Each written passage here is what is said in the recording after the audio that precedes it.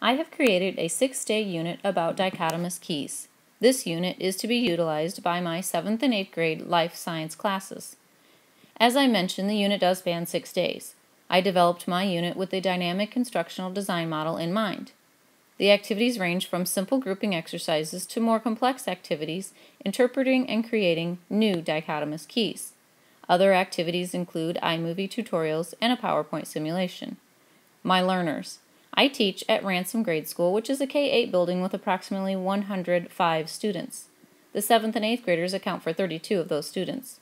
4 of my students have IEPs, one of which is due to a hearing impairment. My learning environment workspace includes 7 tables. Students may work individually or in groups at these tables, or they may move around to another spot in the room if they feel it more conducive to complete their group work.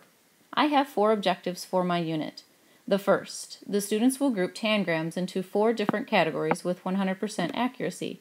Objective 2, the students will construct a dichotomous key with at least 3 oppositely worded paired statements to identify a specific tangram with 85% accuracy. Objective 3, the students will identify candy using their fictitious genus and species names with 85% accuracy. Objective 4, the students will construct a dichotomous key with at least 3 oppositely worded paired statements to identify a specific living organism with 85% accuracy. The teaching and learning strategies for this unit were influenced by philosophies of Lev Vygotsky and Albert Bandura.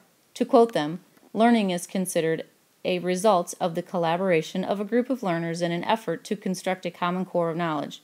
Many of the activities within this unit require the students to work in groups. Robert Gagné also influenced the strategies as well. He feels that learning is a result of the individual's cognitive efforts to construct his or her personal knowledge. Throughout the unit, many familiar topics are used to help make the connection between new skills with something they already know. Gagné is very well known for his 9 events of learning. You can see them listed below. I will go through one each individually. 1. Gaining attention. In the attention of my learners, I have developed activities that are hands-on, incorporate iMovies, utilize an online simulation, and use familiar topics. Step 2. Informing learners of the objective. I am very mindful to state and discuss the objectives of the lesson not only at the beginning, but also at the end of the lesson. In doing so, the students know where we are heading at the beginning and can evaluate at the conclusion if they have fulfilled the objective. Stimulating recall of prior knowledge. The grouping activity on day 1 has the students using a familiar task of grouping to introduce the idea of classification. On day 4, the students return to the groups that they created to design a dichotomous table. The final assessment then builds upon all of these activities as well. Presenting the stimulus. Step 4.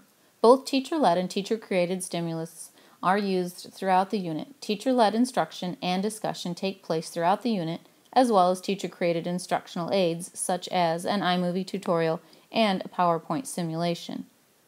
Providing learner guidance is step 5. During most of the first 5 days, I will support the students throughout their information and skill development.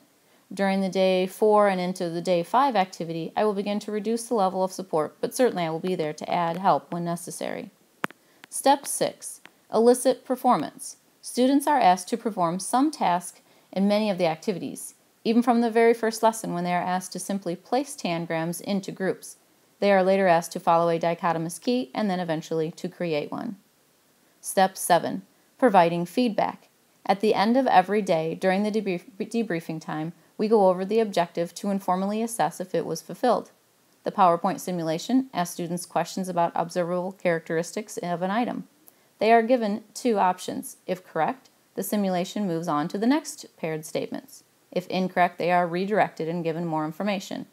Another form of feedback comes from the peers during Activity 1 that I have created 2 rubrics to provide feedback to. Step 8. Assessing performance. As I have mentioned before, informal assessments take place during the debriefing, simulation, and peer editing, whereas formal assessment happens with the use of the rubrics. Finally, we reach Gagné's 9th event of learning, enhancing retention and transfer. Many of the items I have mentioned before foster retention and transfer of information. Providing activities that allow students to be actively engaged in hands-on activity deepens the learning process and helps to make it more personal to the students. Familiar topics also allow for students to connect new information with something they already know. The use of technology tools such as iMovie, iPads, iPad apps, PowerPoint, and PowerPoint, I am able to reach them in a way they are used to tuning into. On to the day-by-day activities. Day 1. The students will be asked to create groups for tangrams. Such groups may be by color, thickness, texture, or shape. Day 2. The students will spend some time on this day building some background knowledge about classification of living organisms, observable characteristics, and dichotomous keys. Day 3. Today, the students will watch an iMovie tutorial that explains what a dichotomous key is and how it is followed. They are then able to participate in a simulation. Day 4.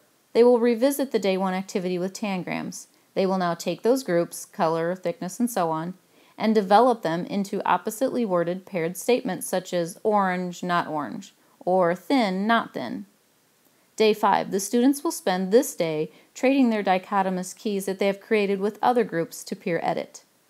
On Day 6, the students will work individually to follow a dichotomous key to identify specific pieces of candy, and they will also then create a dichotomous key of their own to identify 2 living organisms.